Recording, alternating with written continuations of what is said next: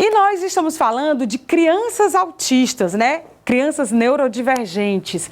Mas você já viu que a gente fala pouco sobre os adolescentes e os adultos que também são autistas? Opa, falava, porque aqui no Viva Educação a gente vai falar sobre esse assunto agora com as psicólogas Laísa Dias. Pode entrar, Laísa. E a Ingrid Santos. Meninas, sejam muito bem-vindas. Obrigada. Fique à vontade. Obrigada, Ingrid. Obrigada. Gente, a nossa calça parece, né? Parece que foi combinado. É porque aqui nesse programa tudo flui, tudo dá certo, tudo combina. Meninas, eu fiquei muito interessada quando eu vi que vocês estavam fazendo um projeto voltado para os adolescentes e os adultos que têm autismo, né? Porque tudo que eu vejo sobre autismo normalmente é voltado para o público infantil. E aí vocês resolveram dar esse outro olhar, né? Agora, é impressão minha ou realmente tem pouca assistência para esse público? De fato, né? Há pouca assistência devido à grande quantidade de profissionais voltados para a área infantil. Sim. Né? Então, o que a gente vai percebendo no decorrer da prática é que quando esse indivíduo ele passa para a fase da adolescência e está implicado outras questões relacionadas à fase, os profissionais perdem um pouco desse manejo, né? Diante das complexidades mesmo das temáticas que chegam, né? E esse indivíduo ele passa a perder aquele tratamento contínuo, aquele acompanhamento que ele vinha tendo na infância. Porque quando os pais descobrem que a criança ela é uma criança autista, tem todo aquele ele busca aquele suporte multidisciplinar, né, com psicopedagogos, psicólogos, terapeutas ocupacionais, mas é realmente tudo isso a gente vê, esse aparato a gente vê muito na infância. Eu vejo pouco. Aliás, eu acho que eu nunca vi um adolescente com esse suporte. Não é isso, Ingrid? E foi por isso que a gente pensou no projeto, como forma de acolher esses adolescentes, esses adultos, porque o autismo ele é um transtorno do neurodesenvolvimento, ou seja, acompanha ao longo da vida. A vida inteira você vai ser autista, né? Exatamente. Então, fala-se muito da infância e esquece que existe o adulto. E esquece também que existe adolescente e que eles também vão envelhecer, né? E esse aparato, esse suporte, ele é necessário. E o que é diferente do atendimento, do acompanhamento da criança para o acompanhamento do adulto e do adolescente e do adulto? Claro que tem as coisas óbvias, né? Tipo, as coisas que são pertinentes à infância, os brinquedos, o brincar, aquela coisa toda. Mas, fora isso, o que é diferente nas outras fases?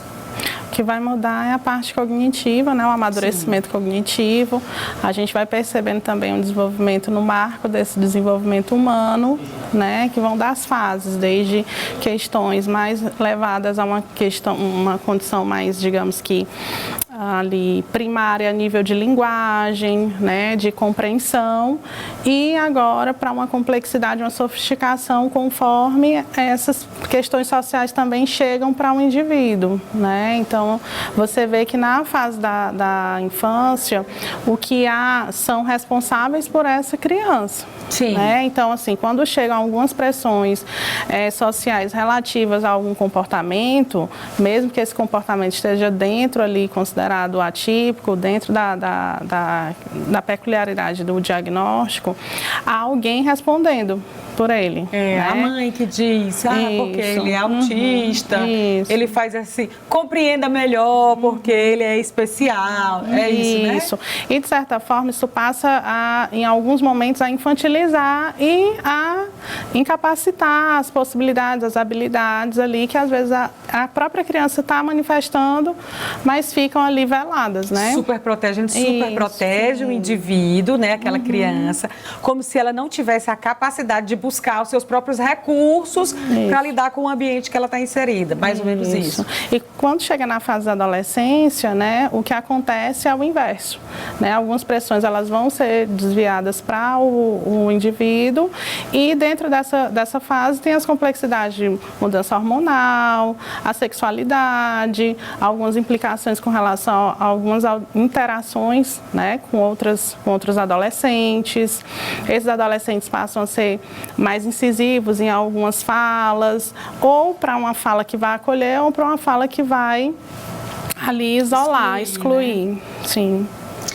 Gente, é bem complexo, porque nessa fase também é a fase que a pessoa começa, todos os colegas ao redor, eles estão naquela fase do namoro, né, de um relacionamento afetivo com outras pessoas, e eu venho de uma fase em que eu era o bebê da mamãe, né?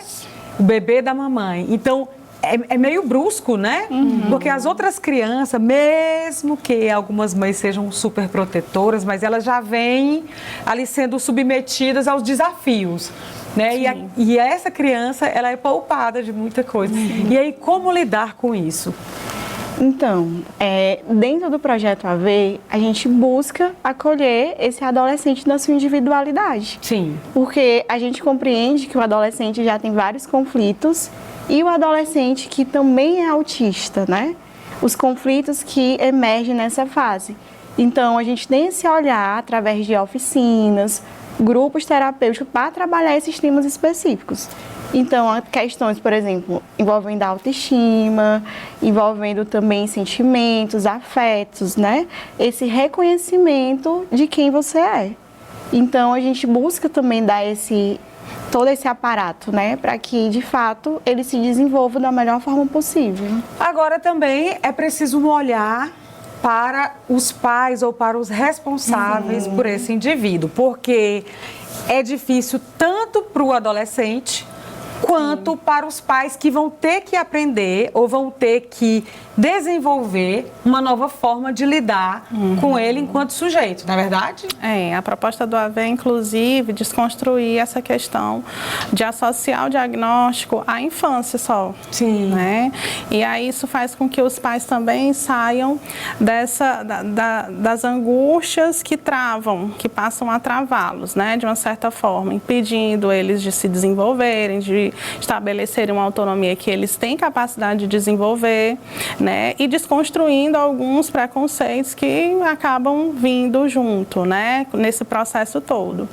E aí, com isso, a gente também faz o papel de acolher os familiares, né? Então, deixa eu ver se eu entendi. O AV, ele trabalha com grupos, tanto de adolescentes e adultos autistas, como grupos de pais irresponsáveis, para que esse público ele possa ser melhor entendido e possa se entender melhor. Isso. Gente, isso é muito bacana, especialmente porque eu percebo que há poucos profissionais, né, lidando com esse público.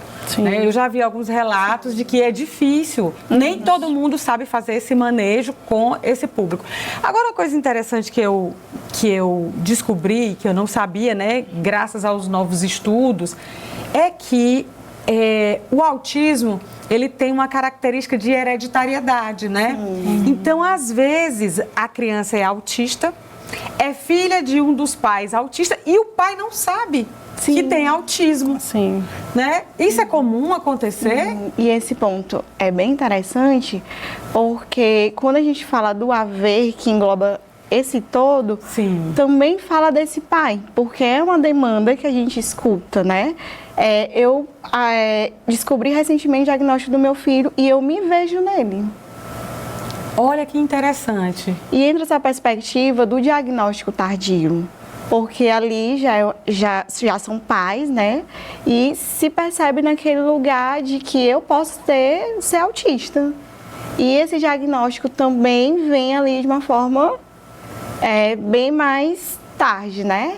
Gente, mas aí como é que funciona quando de repente acontece isso? Porque assim, olha, eu já vi muitos casos de pais negacionistas, né? Eles veem o diagnóstico e eles não querem acreditar que o filho deles é autista, o meu filho não.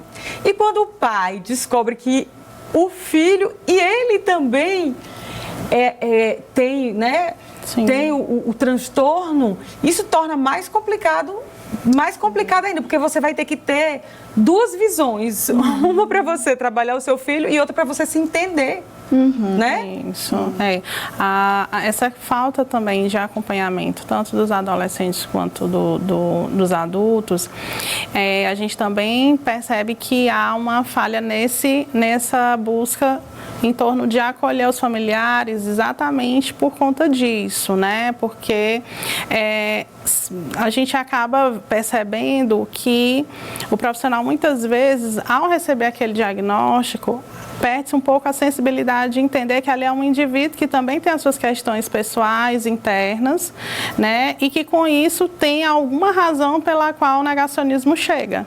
Né? Então, não necessariamente fica ali superficial, que é por conta única e exclusiva do próprio diagnóstico.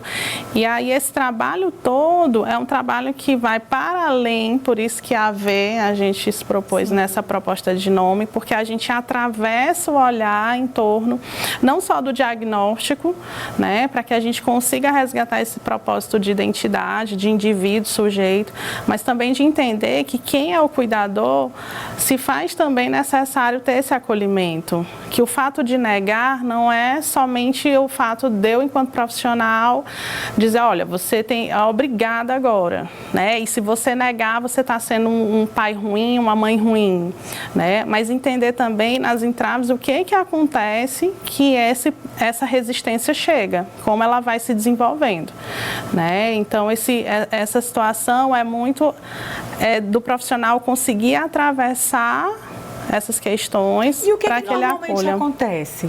Por que normalmente isso acontece?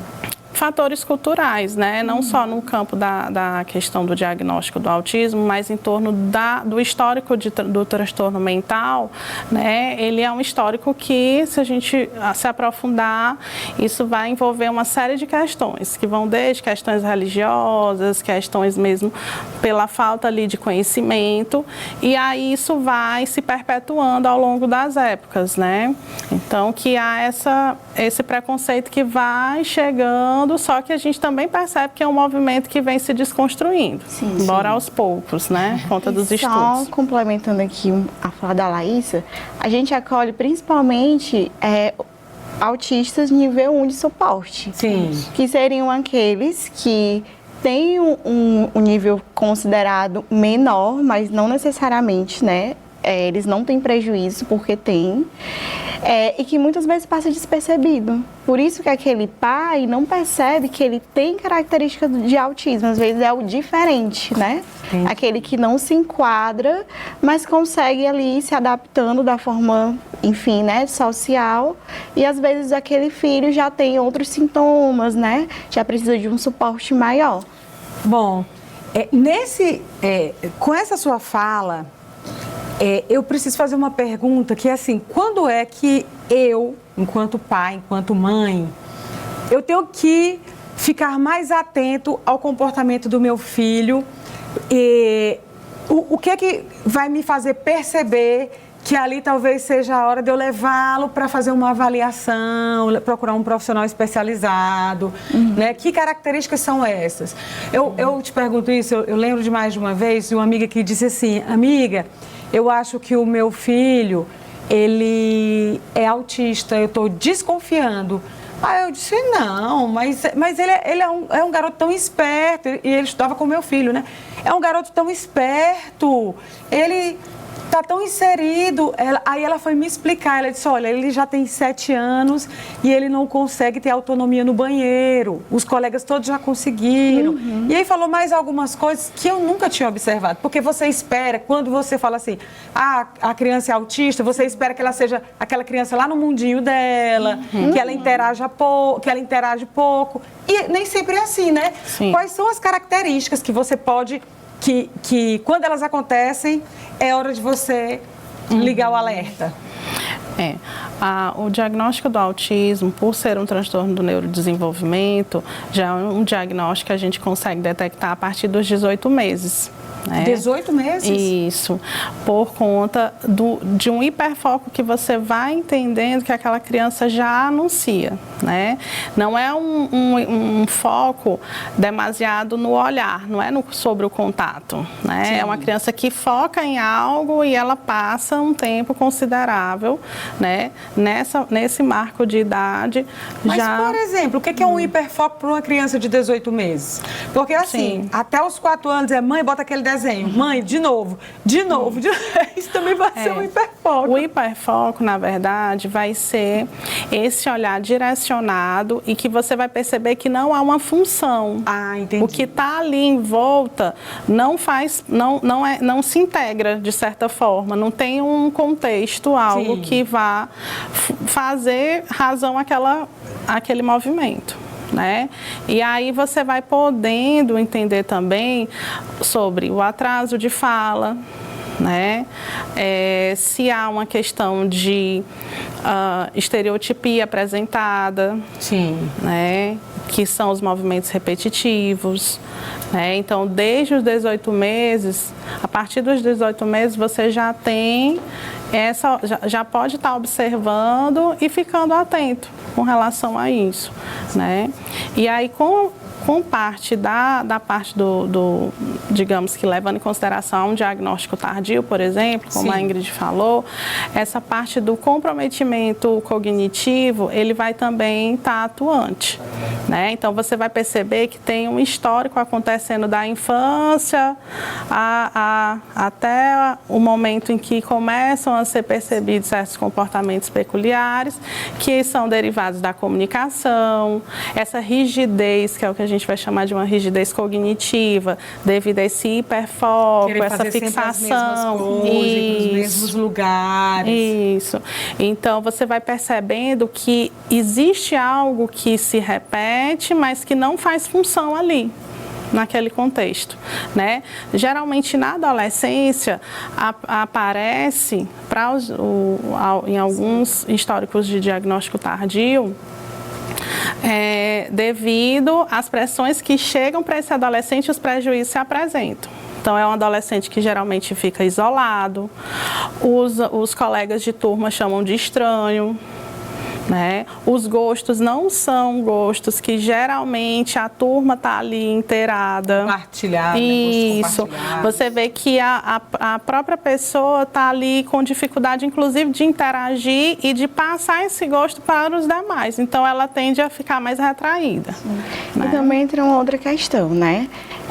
Tem a perspectiva do autismo, mas também tem um fator que às vezes mascara isso. Às vezes tem autistas que são extremamente inteligentes, né? Sim. Se destacam. Então, mesmo não cumprindo o que é se esperado para aquela idade, as pessoas olham e dizem assim, não, ele é inteligente, ele está ali no canto dele. Ou, como eu falei, ele interage bem, é inteligente, ele interage bem. Sim, né? Mas isso não tira o fator, né, das características e desse possível diagnóstico.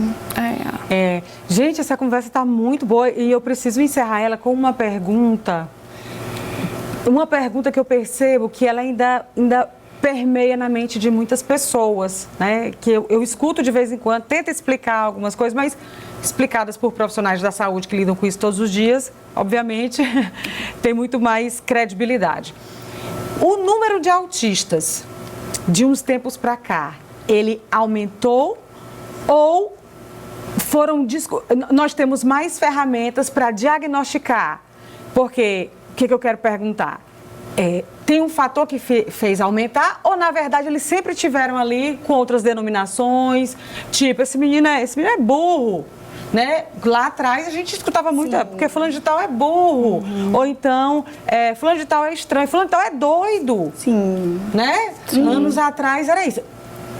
O que aconteceu? Temos mais autistas ou temos mais diagnósticos apenas? Hoje a gente tem uma quantidade de estudo bem considerável em relação ao passado, né? Como eu falei anteriormente, essa questão da construção histórica em torno do transtorno mental também acabou, de certa forma, atrapalhando um pouco esse curso, né? Então, de certa forma, quando hoje a gente tem um número considerável de estudos, né? Tanto que se descobre que ela tem uma herdabilidade considerável na parte da genética, né? Tudo isso se deve também ao campo das pesquisas.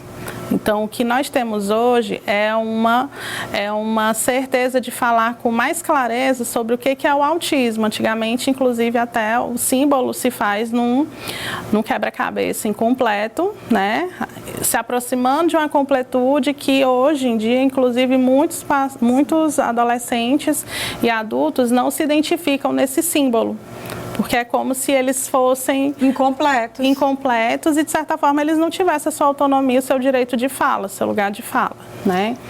Então, esse aumento, né, muito se deve às pesquisas e à forma como a gente lida e maneja com a pessoa com autismo. E eu fico muito feliz, né, em perceber que cada dia mais, toda vez que eu acho que eu sei alguma coisa, eu percebo que novos estudos, novas pesquisas chegaram e que estão dando um outro olhar, porque existe muita gente brilhante, né? Muita gente capaz, que são pessoas com autismo. O Messi é um fenômeno mundial, né? E ele é um autista. Inclusive, tem uma pauta importante que, diante desse número considerável de estudos, acerca, inclusive, da genética, hoje a gente também está falando sobre o fenótipo ampliado no autismo. Que na verdade, tem pessoas que possuem traços do diagnóstico, porém, pelo critério diagnóstico, a quantidade de acordo com o DSM-5, que é uma classificação que é usada para fechar, né, o fechamento de diagnósticos. Hoje a gente conversa sobre pessoas que possuem traços, porém eles não são consideráveis a se fechar o diagnóstico. Não podem ser colocadas como pessoas com autismo, mas que pessoas que possuem um traço através do fenótipo ampliado, né? Olha, gente, isso é muito complexo. Isso. É um papo muito interessante, porque muitas famílias vivem isso diariamente, né? Muitas escolas convivem com isso também, e a sociedade precisa se abrir, porque essa é uma realidade. E a gente vive numa sociedade hoje em dia que se fala mais sobre saúde mental. Isso. Por isso que o autismo hoje, a questão do diagnóstico, você mesmo falou, aumentou, mas será se de fato aumentou a quantidade de autistas ou se fala mais sobre saúde mental? Então, antigamente eu era só a menina danada, atentada. E aí, eis que um dia eu adulta disse, não, você tem TDAH e teve a vida inteira. Eu disse, oi? Mentira, nem me reconheço como TDAH, coisa nenhuma, gente, me reconheço. Na hora que ela falou, eu disse, sou eu todinha. Meninas, muito obrigada pela presença de vocês, tá? Parabéns pelo trabalho que vocês estão desenvolvendo. Eu espero que o Haver consiga chegar a cada vez mais adultos e adolescentes e que nós, enquanto sociedade, a gente consiga integrar e abraçar, né? Porque somos todos diferentes, né? No final, somos todos diferentes. Então, muito obrigada, tá bom?